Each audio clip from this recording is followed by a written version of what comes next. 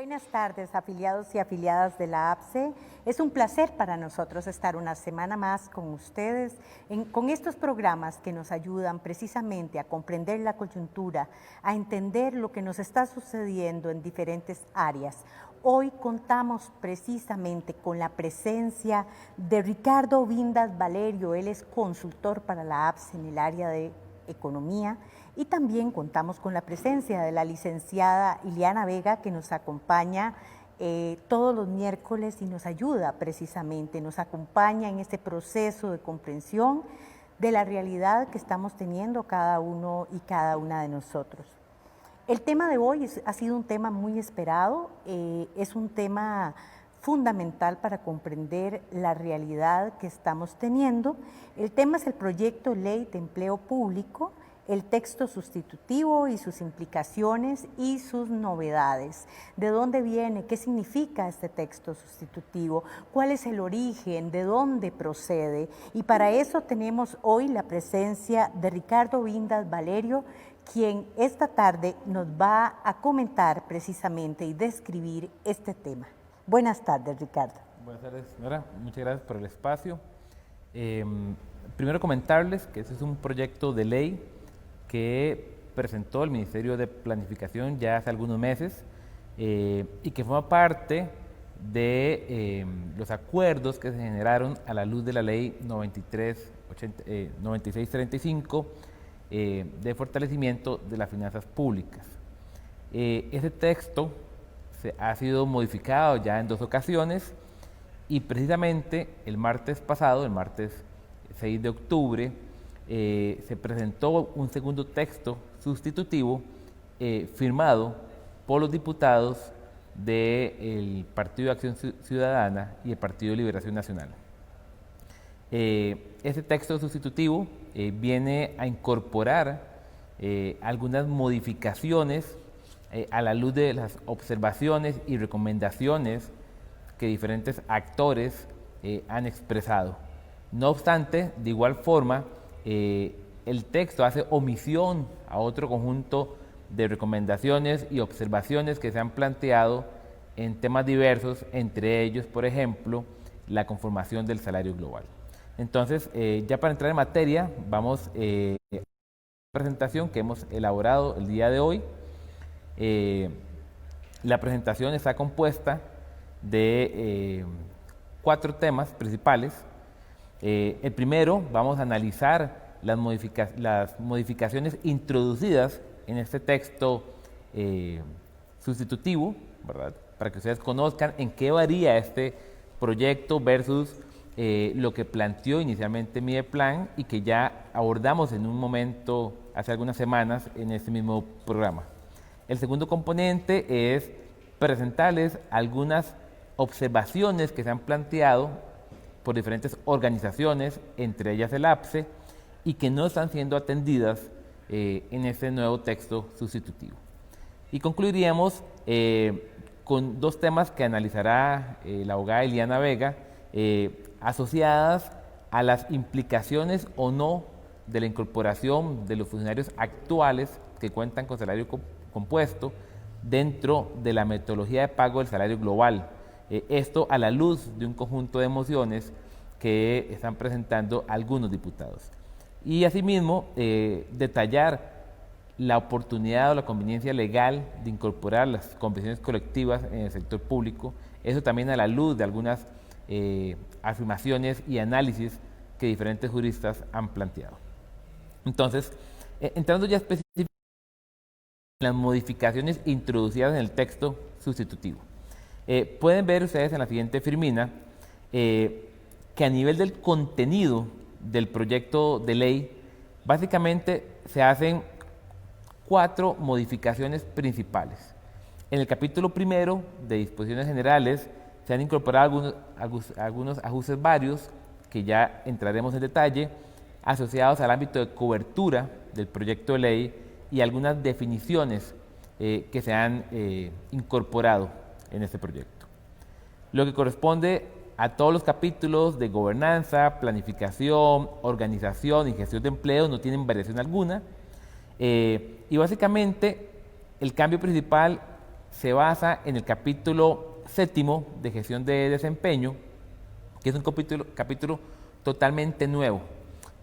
Vale aclarar, y ya entraremos en detalle, que si bien es un capítulo nuevo, básicamente lo que viene a hacer es a darle un rango de ley a un decreto que Mideplan emitió en diciembre del año anterior vinculado a ese tema.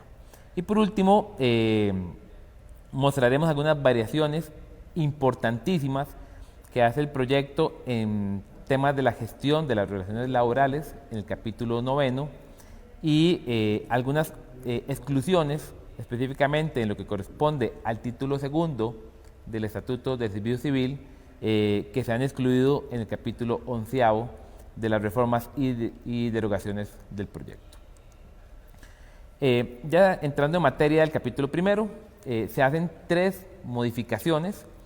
La primera de ellas es en el artículo 2 del ámbito de cobertura del proyecto de ley.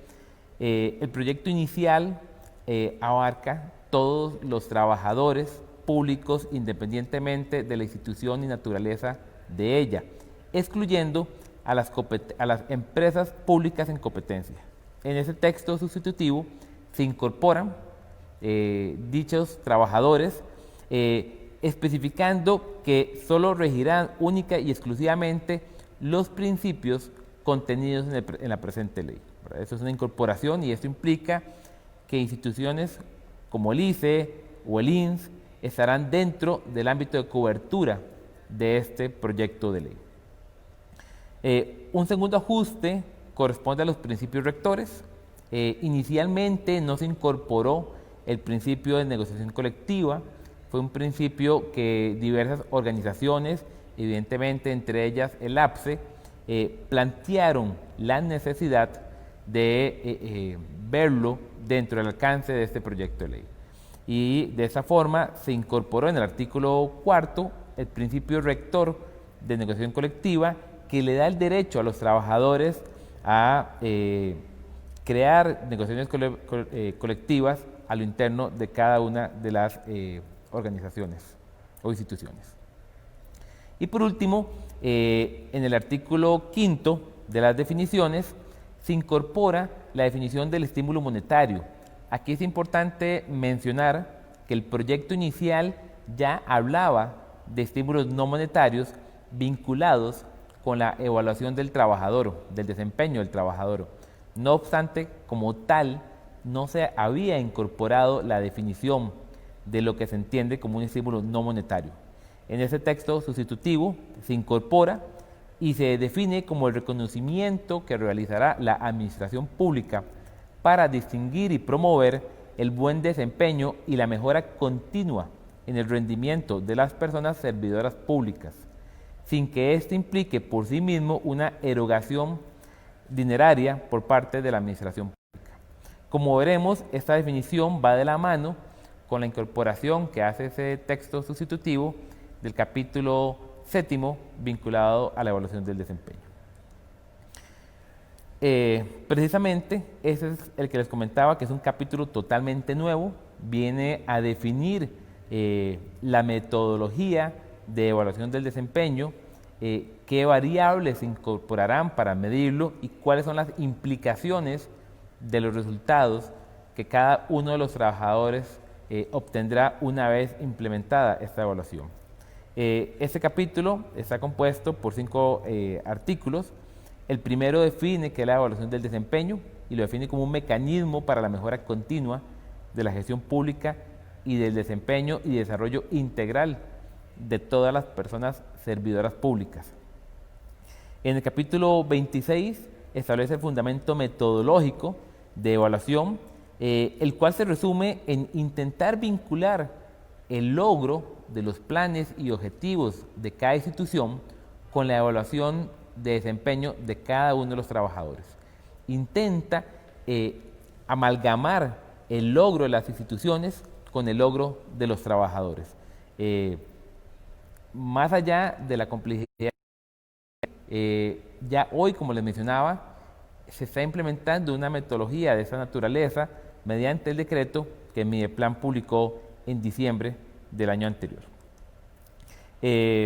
A esto se le incorporan el artículo 27 y el 28. El 27 es muy importante porque establece como criterios de evaluación que un 80% de la evaluación de todos los trabajadores estará en función del cumplimiento de las metas que se le han definido a cada trabajador a la par de los planes estratégicos y operativos de las organizaciones, de las instituciones. Es decir, el 80% de la calificación que cada uno de nosotros logre obtener va a estar en función del cumplimiento de las actividades que le han sido asignadas desde los procesos de la planificación estratégica y operativa de la organización. Esto conlleva a un reto institucional de incorporar a todos los trabajadores dentro de los procesos de planificación.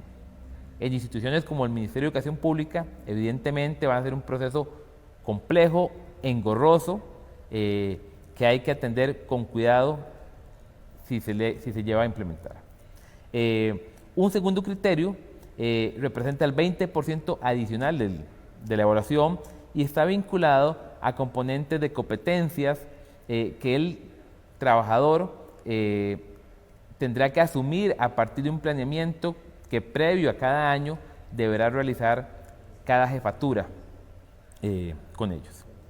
El artículo 28, por su parte, define cuáles son los efectos de esta evaluación.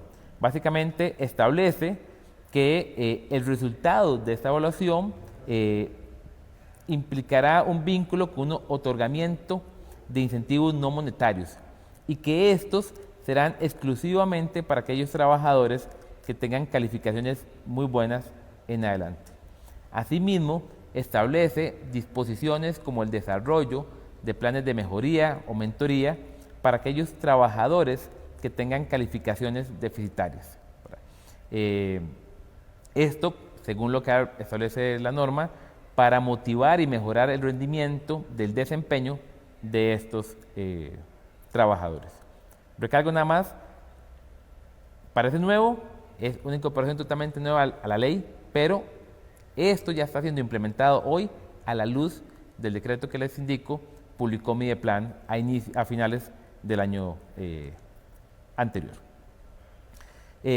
Otras de las reformas que incorpora este texto sustitutivo están vinculados al capítulo 9 de gestión de las relaciones laborales. Y aquí hay tres aspectos que inicialmente, sin embargo, han tenido un cambio radical con respecto al enfoque con los cuales fueron creados. El artículo 39, 40 y 41 del texto sustitutivo hace mención a un conjunto de permisos y licencias para los trabajadores. Específicamente, crean o establecían la posibilidad de un permiso remunerado para reducir hasta un tercio la jornada laboral de los trabajadores cuando requiere el cuidado a un familiar por enfermedad o discapacidad, una ampliación de hasta por 2 meses a la licencia de maternidad cuando hayan condiciones especiales para la madre o el hijo o niño o niña, y en el artículo 41 un permiso por paternidad remunerado de hasta 1 mes a los trabajadores. Esto varía significativamente porque se mantienen las 3 figuras, pero en este nuevo texto sustitutivo se incorporan como permisos no remunerados.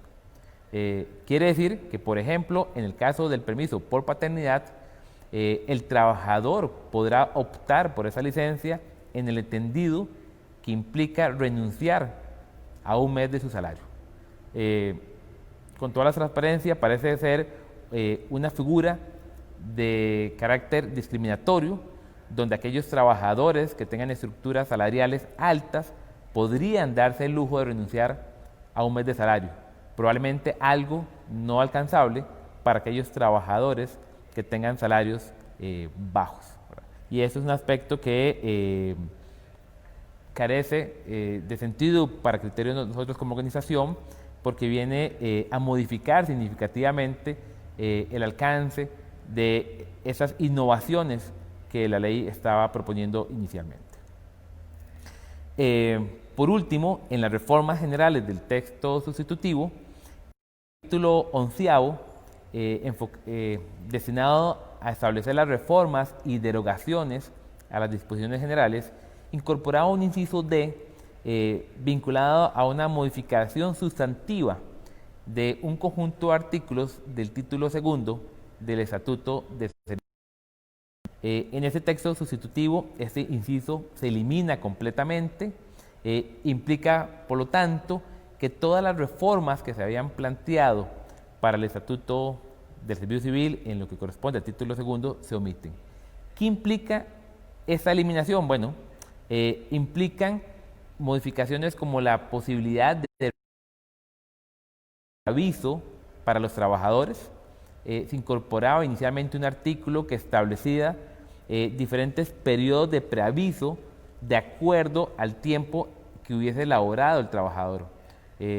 Por mencionar un ejemplo, establecía que aquel trabajador que hubiese elaborado entre 3 a 6 meses tendría que dar 15 días una semana de preaviso. De 6 meses a 12 meses, 15 días de preaviso, y aquel trabajador que hubiese elaborado más de un año tendría que dar un mes de preaviso. Esta posibilidad se elimina al excluir esa reforma y implica que todos los trabajadores, independientemente de su tiempo laborado, tendrán que dar un mes completo de preaviso. Incorporaba un conjunto de mejoras para el proceso de permutas con el objetivo de agilizar los procesos y maximizar las posibilidades de permutas para los trabajadores. Aspecto que también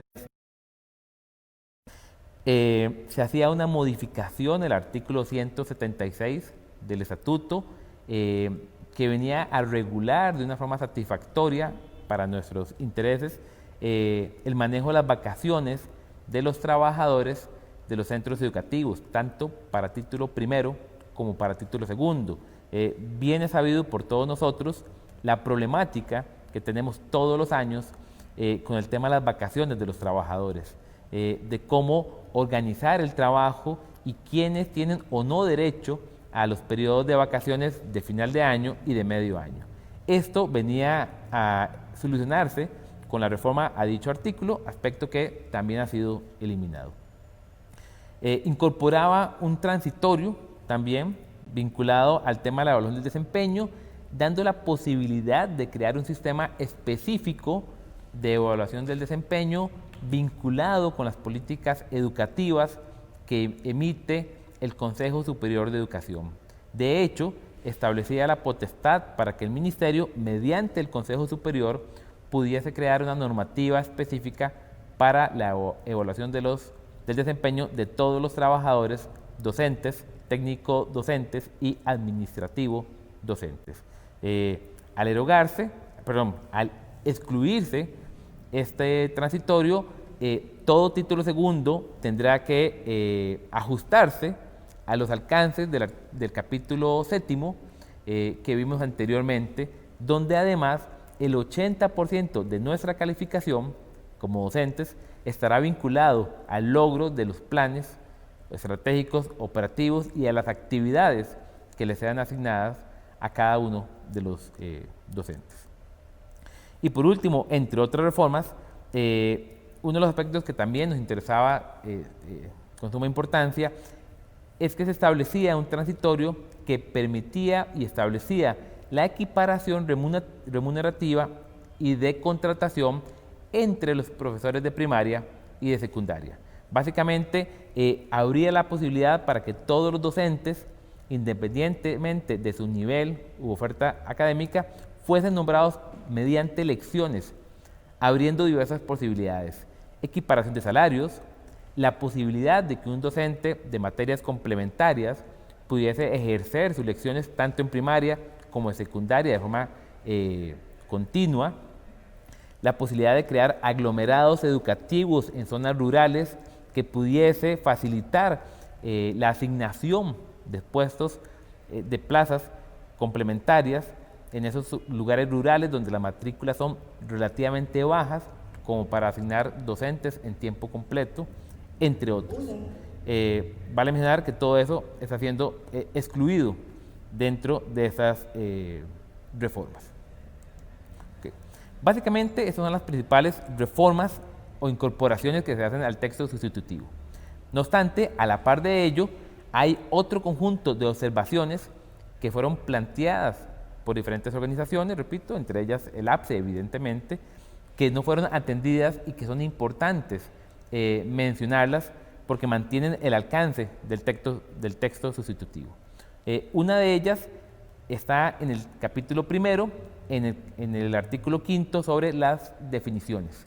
Específicamente, mantiene la definición de las personas servidoras públicas de nuevo ingreso e indica que son aquellas que no habían laborado previamente para la administración pública o que habiendo hecho cesar en su continuidad laboral.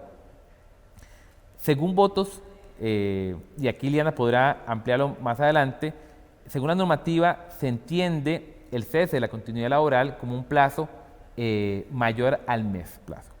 Esto implica que se está desconociendo las particularidades propias del sistema educativo. ¿En qué sentido? En que, como ustedes bien saben, muchos docentes, cuando no son nombrados por todo el ciclo lectivo, su nombramiento vence el último día del curso lectivo, llámese normalmente 15, 17 de diciembre, mitad de mes de diciembre. Y si es nombrado nuevamente en el siguiente curso lectivo, habrá pasado más de un mes y medio entre el cese y su nuevo nombramiento. Y esto implica, de acuerdo a esta definición, que podría ser concebido como un trabajador nuevo y por tanto perder sus derechos sobre estructuras tales como el salario compuesto, entre otras. Este es un aspecto que nos parece muy delicado, que no fue reconocido a partir de las particularidades que tiene el sistema educativo costarricense. Un segundo tema que no se atendió está vinculado al capítulo segundo sobre la gobernanza del empleo público, donde se establece la estructura de ese sistema de empleo público. El sistema indica que el ente rector será Mideplan y que contará como unidades ejecutoras a todas las oficinas, departamentos y áreas de recursos humanos de cada institución. Pero aún más importante que esto, establece que estas áreas serán las encargadas de elaborar y aplicar las pruebas de conocimientos, competencias y psicométricas para los procesos de selección y reclutamiento. ¿Qué quiere decir esto? Que, por ejemplo, en el caso del Ministerio de Educación Pública, será la Dirección de Recursos Humanos el ente encargado de aplicar dichas pruebas y además de hacer los procesos de selección y reclutamiento. Esto nos parece sumamente grave, por un lado, por el debilitamiento que se le está dando al servicio civil como ente externo e imparcial del proceso de selección y reclutamiento, pero además ante lo que implica asignarle tales tareas de tal envergadura a una dirección de recursos humanos que, como todos bien sabemos, ya de por sí, con las tareas que tiene asignadas, sus procesos, sus tiempos de respuesta son bastante deficitarios, lo cual nos parece un alto riesgo para los procesos de selección y reclutamiento de todo el personal docente y administrativo de todos los centros educativos del país. En el capítulo octavo, en la gestión de la compensación, se hicieron un conjunto de señalamientos sobre el alcance de la metodología establecida por Mideplan. No obstante, el capítulo no tiene variación alguna, más allá de aspectos mínimos vinculados con la metodología de medición de los salarios globales, pero a grandes rasgos no hay cambios que nos permitan dilucidar el alcance de este modelo de salario global, que nos permita poder medir monetariamente las implicaciones de este capítulo y lo que esto significa en comparación a modelos de salarios compuestos. Aún más, se carece de información técnica que nos permita validar el origen de información que ha emitido Mideplan vinculada al ahorro esperado al implementar el concepto del salario global. Es decir, no se hacen modificaciones ni se articulan o se aclaran las dudas que en esta materia hay. y se dispone. Entonces nos parece también que es un tema que hay que atender con cuidado por lo que puede implicar ese cambio de metodología de pago del salario de los trabajadores. Por último, en el capítulo 9 de la gestión de las relaciones laborales, se establece el tope de vacaciones de los trabajadores. Como los comenté, inicialmente se había incorporado una reforma al artículo 176 del Estatuto del Servicio Civil. Esa reforma se elimina y por lo tanto se normará todo el tema de las vacaciones por el alcance de ese artículo 38, el cual no varía con respecto a la versión inicial. Entonces, ¿qué implica esto? En primera instancia, establece que todos los trabajadores tendrán un máximo de 20 días hábiles como periodo de vacaciones, independientemente del periodo laborado, y que eso no podrá ser modificado por reglamentos autónomos o convenciones colectivas.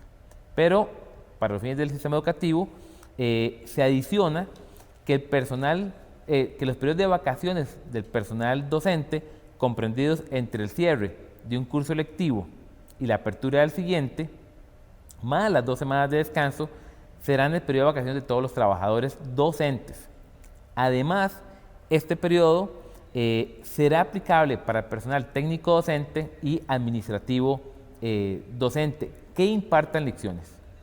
Y asimismo señala o concluye que el resto del personal del Ministerio de Educación Pública, regulado por el título primero del Estatuto, deberá ajustarse al periodo de vacaciones de un máximo de 20 días anuales. Hay que mencionar que incorpora el artículo 46, que indica que cualquier norma que disponga aspectos contrarios a esta ley serán derogados. Entonces aquí queda un espacio de discusión en el ámbito legal de qué implicaciones tiene, por ejemplo, para puestos como las misceláneas o consejes de los centros educativos, o sobre el derecho que tienen los trabajadores que actualmente tienen la posibilidad de optar por más de 20 días de vacaciones. Entonces, es una reforma que no se toca, a pesar de las observaciones que se plantearon, y que implica una complejidad en lo que corresponde a la supervisión del trabajo cuando los centros educativos están cerrados como tales. Básicamente, esos son tanto las reformas que se le incorporaron al texto sustitutivo como aspectos que no se modificaron. Como les comenté al inicio, vamos a hablar de 2 aspectos adicionales vinculados a las mociones que han presentado algunos diputados con respecto al tema del salario global y al tema de las convenciones colectivas. Quiere decir que este texto sustitutivo ya no contiene ninguna norma positiva para el sector educativo. Se eliminaron los aspectos positivos. Por lo menos lo que uno podía considerar como positivo en lo que corresponden a las reformas del estatuto, se eliminan completamente aspectos como los mencioné, de mejorar los procesos de permutas, de equiparar los salarios entre primaria y secundaria, establecer una normativa que realmente nos permita solucionar el problema de las vacaciones del curso lectivo, se eliminan como tal, ¿verdad? Entonces, esos pocos incentivos que podríamos tener de apoyar más de apoyar, de ver con buenos ojos un proyecto de ley de esa naturaleza, se eliminan, y eso es evidentemente un aspecto a atender de cara al avance del proyecto. Muchísimas gracias, Ricardo. Indudablemente este programa les ayuda y nos ayuda a entender precisamente estos detalles. Cabe mencionar que este texto sustitutivo entra en el proyecto a partir del martes anterior y precisamente estamos llevándoles a ustedes la información de primera mano después del análisis del proyecto para que estemos informados e informadas, ¿verdad?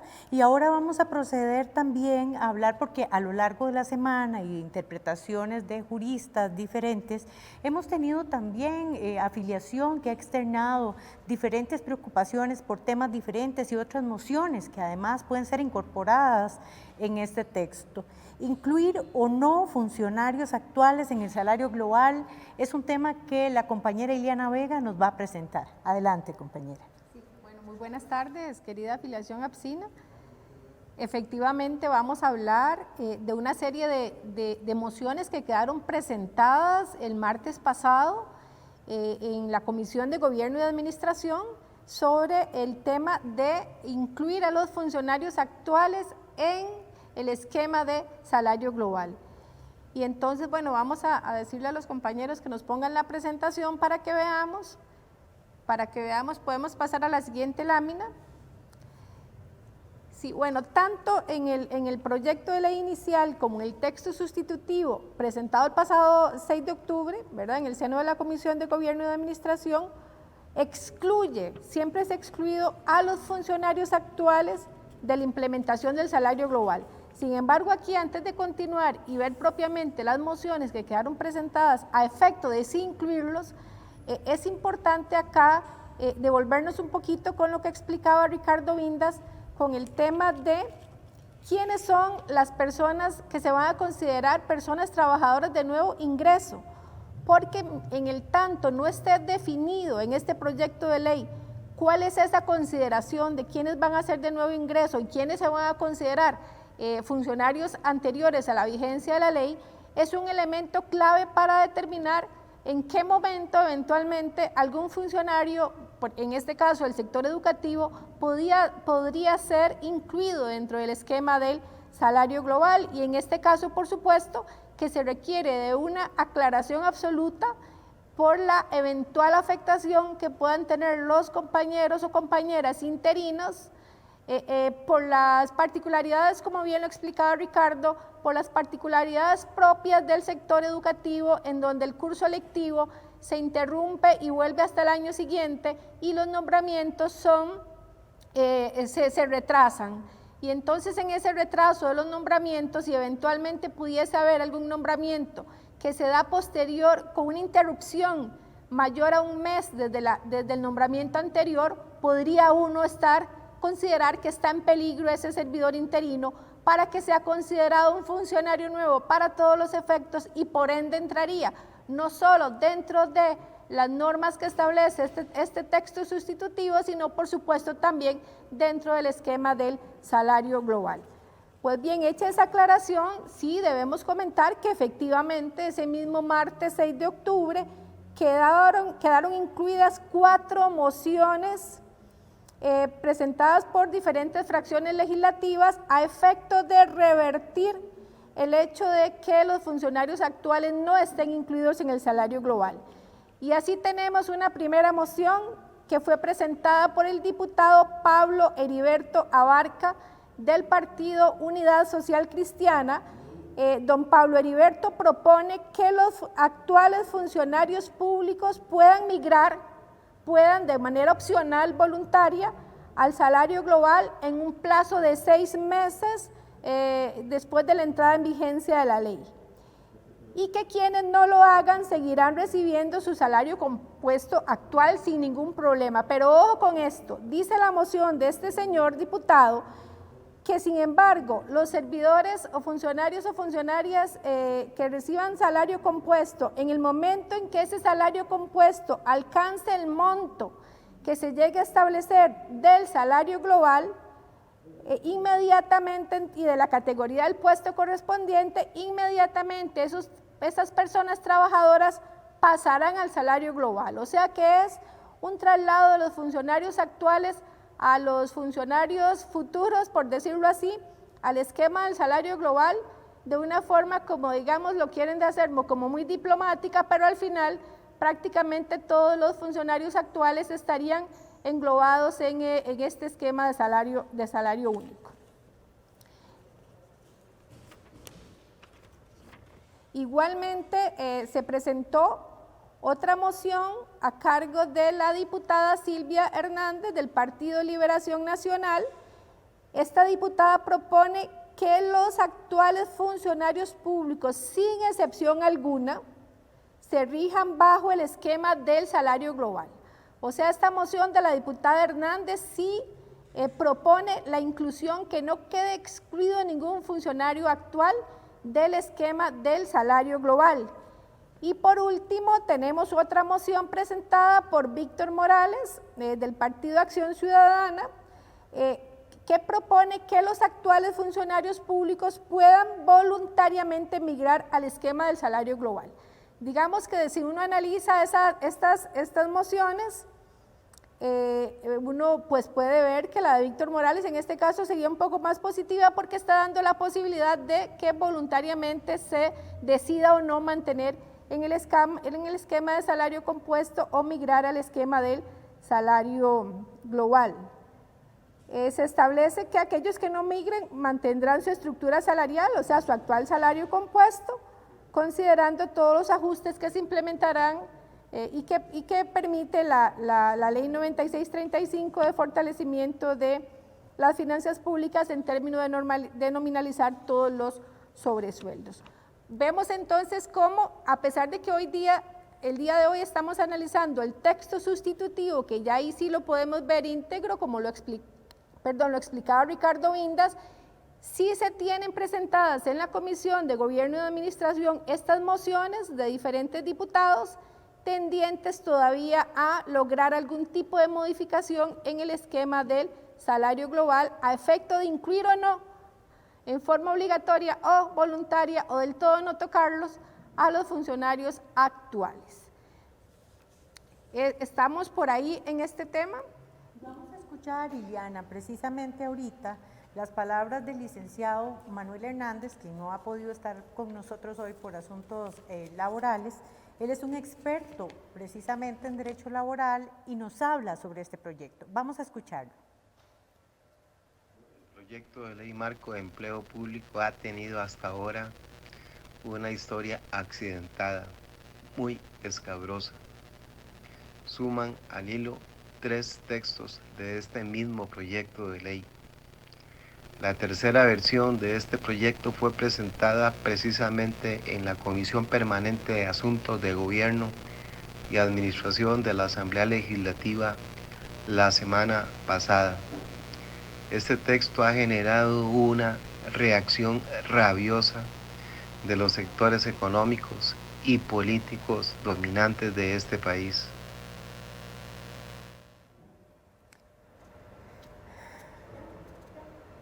Gracias, compañeros. Y Iliana, don Manuel nos deja clara que hay una reacción fortísima, ¿verdad?, de parte de los sectores conservadores sobre este proyecto.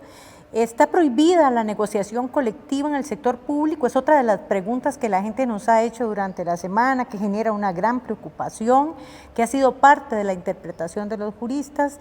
Y Iliana, háblanos un poco de este tema. Sí, bueno, es claro, como bien lo dice el licenciado Manuel Hernández, de que no obstante, y sin duda alguna, que este texto sustitutivo ha eliminado una serie de normas ventajosas para el sector educativo, y a pesar de que se piensa en incluir a los funcionarios actuales en el esquema de salario global, como lo explicaba anteriormente, sí tiene muy molesto y muy disgustado a las clases conservadoras del país, al sector más neoliberal, porque uno de los clamores del movimiento sindical, y así se ha expuesto en los criterios vertidos a la Asamblea Legislativa sobre el expediente de este proyecto de ley, es que se incluyera dentro de los principios rectores del proyecto el principio de negociación colectiva que no estaba incluido en el texto anterior. Entonces, como bien lo explicaba ahora el compañero Ricardo, el principio de negociación colectiva, curiosamente, ¿verdad?, que es motivo también de análisis, uno podría decir que los diputados están incluyendo y atendiendo esos clamores del movimiento sindical de que quedara incluido ahí en el proyecto de ley el principio de negociación colectiva. Y esto ha hecho que se haya dado una reacción beligerante de connotados, bueno, un connotado jurista, experto en derecho constitucional, que ha escrito en la página 15 de un periódico muy reconocido que se denomina Convenciones colectivas y empleo público son incompatibles. Igualmente hemos escuchado a otra abogada, que es la abogada asesora jurídica de la UCAEP, donde igualmente ha escrito en este mismo periódico un tema de similar naturaleza. Hemos escuchado a la prensa, hemos escuchado a diversos sectores que no están contentos con la inclusión del principio de negociación colectiva en el proyecto porque consideran que dejar incluido ese principio permitiría, no obstante la aprobación eventual del proyecto, permitiría que las organizaciones sindicales, cuya esencia precisamente es la negociación colectiva, es parte de su quehacer fundamental, puedan continuar negociando con su patrono Estado mejorías en sus condiciones laborales. Y en ese sentido, por eso nosotros nos hacemos la pregunta, ¿tiene razón este abogado constitucionalista de que son incompatibles las convenciones colectivas y el empleo público? ¿Está prohibida la negociación colectiva en el sector público como lo dicen estas autoridades, estos juristas? Bueno, para contestar a este interrogante debemos señalar lo siguiente. En primer término, los constituyentes de 1949 dejaron estipulado dentro de la Constitución política de nuestro país el derecho a la convención colectiva como un medio de negociación sin discriminar si se trataba de este tipo de negociación del sector público o del sector privado. Es decir, el artículo 62 de nuestra Constitución política no hace ese tipo de discriminación. Segundo, Costa Rica ratificó o ha ratificado tanto el convenio 154, que es el convenio sobre la negociación colectiva del año 1981, y el convenio 98, que es el convenio sobre el derecho de sindicación y de negociación colectiva, que data de 1949 y que son convenios suscritos con la Organización Internacional del Trabajo. Y la Organización Internacional del Trabajo es un organismo internacional que unifica el derecho laboral sobre las convenciones colectivas a través de estos tratados que mencionaba, independientemente de que se traten de que sea del sector público o del sector privado. Este es otro segundo elemento que debemos tomar en cuenta para contestar al interrogante que nos estamos planteando. Tercero, con la reforma procesal laboral, y esto es sumamente importante tomar en cuenta, se reformó la Ley General de la Administración Pública, que posibilitó o posibilita de manera legal a los trabajadores del sector público la negociación por medio de las convenciones colectivas. Eso sí, y aquí sí debemos tener claro, se exceptuó o se excluye a aquellas personas trabajadoras del sector público que hacen lo que la Sala Constitucional ha llamado gestión pública. Ya vamos a explicar qué es eso por qué se excluye a los que hacen gestión pública, ya lo voy a explicar. Como elemento número 4, este derecho humano fundamental a la negociación colectiva, como lo decía anteriormente, está reconocido por la Organización Internacional del Trabajo en el convenio 98 y se puede ejercer o llevar a cabo, como lo explicaba anteriormente, tanto en el sector privado laboral como en el empleo público, siempre y cuando estos últimos no realicen gestión pública. Igualmente, entonces, en los convenios se establece este tipo de excepción. Y entonces nos preguntamos, ¿y quiénes hacen gestión pública? Que serían los que estarían excluidos del ámbito de una negociación o una convención colectiva en el sector público. Pues bueno, de acuerdo al Código de Trabajo reformado, así como los diferentes votos que ha hecho la Sala Constitucional sobre la materia, estarían excluidos de recibir o de negociar, de recibir beneficios de una convención colectiva o de negociar convenciones colectivas, los jerarcas institucionales, los administradores, auditores, diputados, magistrados, entre otros. Es decir, todos los que hacen gestión pública administrativa, los que tienen ese carácter de autoridad en el sector público, sí están excluidos de lo que es la negociación colectiva. pero esta limitación de ninguna manera alcanza a otro tipo de personas trabajadoras del sector público, como por ejemplo secretarias, oficinistas, docentes, choferes, guardas, trabajadoras de comedores escolares. Este tipo de personas trabajadoras que no hacen gestión pública en los términos que lo ha analizado la Sala Constitucional no tienen prohibido que a través de sus organizaciones sindicales puedan negociar convenciones colectivas.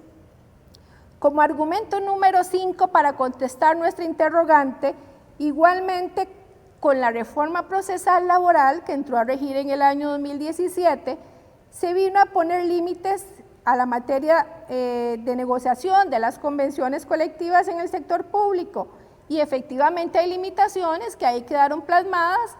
En materia salarial o en materia disciplinaria hay limitaciones de negociación. Y toda negociación que se dé, siempre ha dicho la Sala Constitucional, debe darse entonces dentro del marco de los principios de razonabilidad y proporcionalidad y por supuesto el principio de legalidad. Deben sujetarse a esos principios.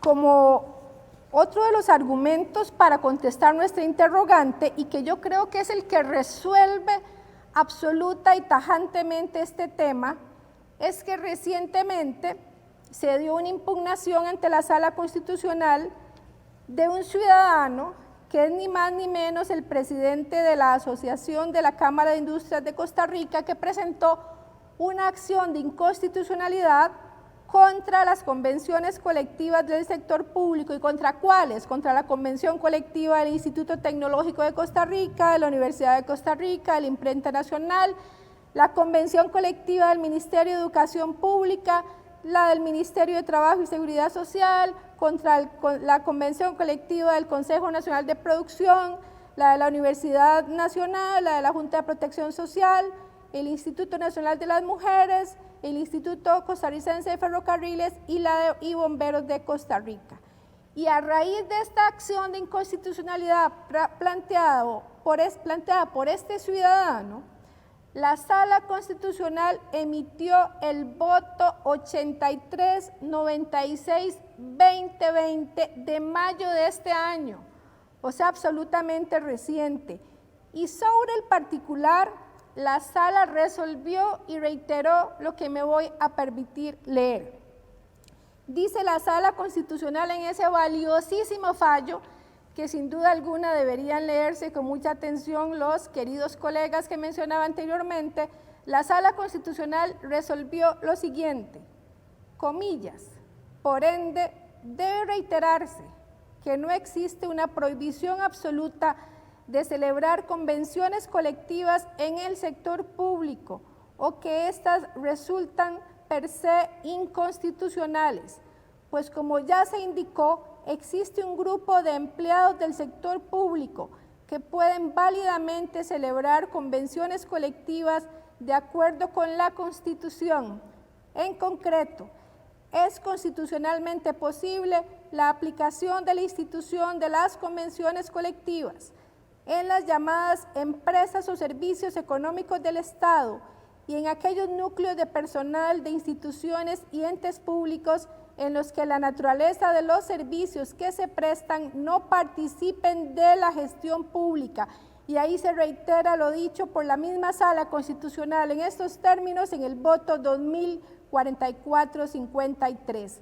De esta forma, respecto a las convenciones colectivas impugnadas en la presente acción, estas resultan constitucionalmente válidas en cuanto a los referidos núcleos de personal que elaboran o presten sus servicios para las entidades o instituciones en cuestión. Entonces, una vez que hemos escuchado estos argumentos, nosotros podemos volver a plantearnos la pregunta, ¿está prohibida la negociación colectiva en el sector público? La respuesta es sí, estaría prohibida, pero para prohibirse tendría que reformarse nuestra Constitución política en su artículo 62, que dispone que tendrán fuerza de ley las convenciones colectivas de trabajo que con arreglo a la ley se concierten entre patronos o sindicatos de patronos y sindicatos de trabajadores legalmente organizados. Y como este artículo 62 de la Constitución Política es una norma que la Sala Constitucional ha llamado norma originaria, es decir, una norma que es parte de nuestra Constitución Política desde que se promulgó nuestra Constitución en el año de 1949, para que se pueda modificar el artículo 62 de la Constitución Política se tendría que convocar a una Asamblea Nacional Constituyente para derogar o reformar este artículo 62 de nuestra Constitución. Pero además, para poder prohibir la negociación colectiva en el sector público, ¿qué tendríamos que hacer? Pues obviamente Costa Rica tendría que salirse de la Organización Internacional del Trabajo y renunciar a todos los convenios internacionales que ha suscrito, que ha ratificado, como mencionaba anteriormente, como el convenio 154 de negociación colectiva y como por ejemplo el convenio 98 sobre el derecho de sindicación y negociación colectiva.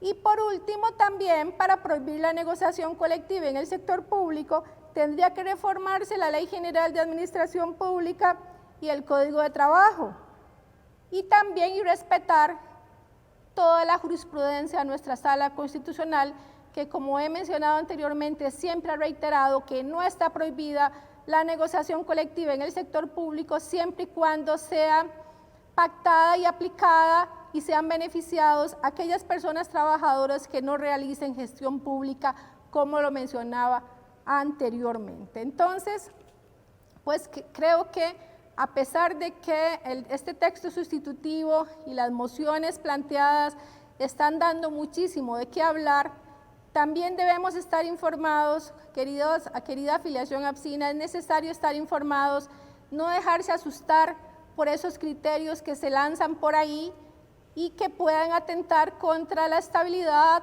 laboral y la convención colectiva en este momento vigente del Ministerio de Educación Pública y demás, porque existen suficientes criterios y argumentos que con suficiente sustento, ni más ni menos que el de la Sala Constitucional, nos permiten contestar con toda propiedad que en nuestro país no está prohibida la negociación colectiva en el sector público. Me quedo por acá, Norita. Esto era fundamental de clarificar, Ileana y Ricardo, compañeros que han hecho un trabajo de especialistas para ustedes, para nosotros y nosotras, estudiosos, porque el APSINO y la APSINA se caracteriza por estar informado e informada. Y este programa, además de agradecer a los compañeros que en la plataforma han estado a lo largo de toda la sesión de hoy, no solamente elaborando preguntas, sino haciendo conclusiones del estudio detallado y especializado que hoy se les ha ofrecido. Compartamos este trabajo con nuestros grupos de WhatsApp de afiliados, con nuestras bases, con nuestras regionales en las asambleas durante esta semana. Es fundamental que estemos informados para generar esas luchas colectivas que APSE hospeda en diferentes direcciones, compañeros y compañeras. Agradecerles muchísimo a Ricardo e Ileana el trabajo tan erudito que han hecho para nosotros, esta explicación que nos han dado y decirles que APSE somos todos y todas. Y esta tarde tuvimos un tema fundamental que nos toca compartir con la afiliación. Gracias y buenas tardes.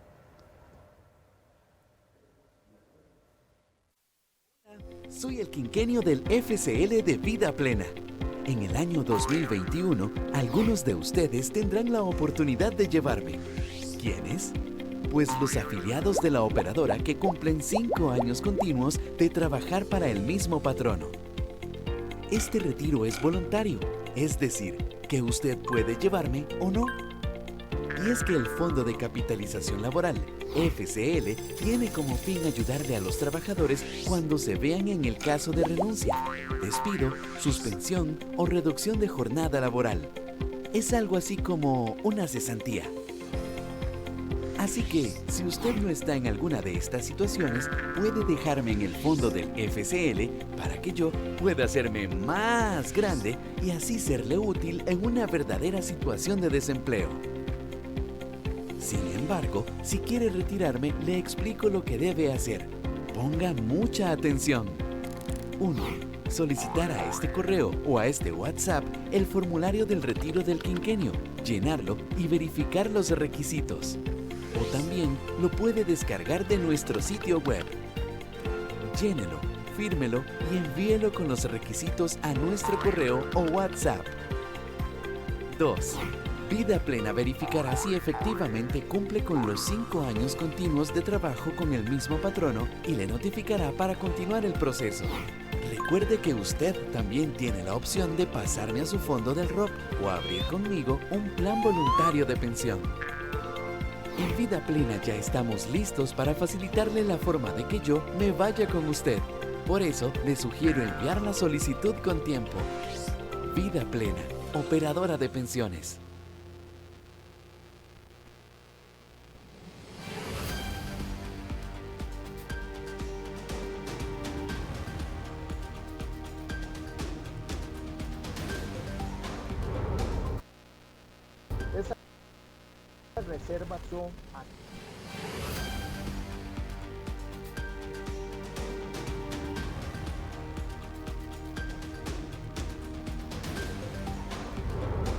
Esas reservas son activos internacionales, son activos que el Banco Central resguarda, pero son los activos internacionales del país. Llámese dólares contantes y sonantes, euros, o sea, monedas fuertes en los mercados internacionales, son depósitos bancarios, son títulos en mercados internacionales. El Banco Central podría tener un papel más activo y a través del uso de esas reservas participar en la economía o incentivar, en este caso, el dinamismo económico o hacer frente a esas necesidades de financiamiento. Pero es claro que no podría usar todas sus reservas como en algunos casos se ha sugerido, ¿verdad? Incluso aunque usara todas sus reservas no alcanza. El principal obstáculo que tiene el gobierno en este momento es el Banco Central, que no ha querido jugar una política acorde con las circunstancias que estamos viviendo. Vean, por ejemplo, le da 700.000 millones a la banca. Y la banca, que no está prestando ese dinero porque no tiene demanda de crédito, lo colocó en títulos valores. El Banco Central se lo dio casi gratis y la banca lo pone en títulos del gobierno al 6 o al 7%. Vea qué negocio más exquisito. Y algún compañero economista dice, pues está bien que la banca financia al Estado, sí, pero vean qué negocio. Porque si ustedes me dijeran que es que los bancos están atiborrados de demandas de crédito y que entonces necesitan ese dinero, no es cierto. Que el Banco Central tiene un objetivo principal, que es la estabilidad de la moneda, y otros secundarios o supeditados a este principal, que incluyen el pleno empleo. Y efectivamente hay proyectos de ley en la Asamblea Legislativa que buscan equiparar, ¿verdad?, el pleno empleo con, por ejemplo, la estabilidad y la inflación.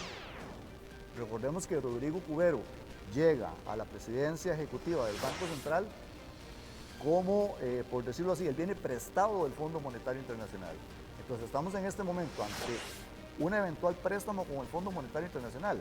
Habrá voluntad por parte de la presidencia ejecutiva del Banco Central de usar las reservas, lo cual por supuesto va a afectar el interés del préstamo con el Fondo Monetario Internacional. O sea, a mí me parece que acá definitivamente en este tema hay un conflicto de intereses.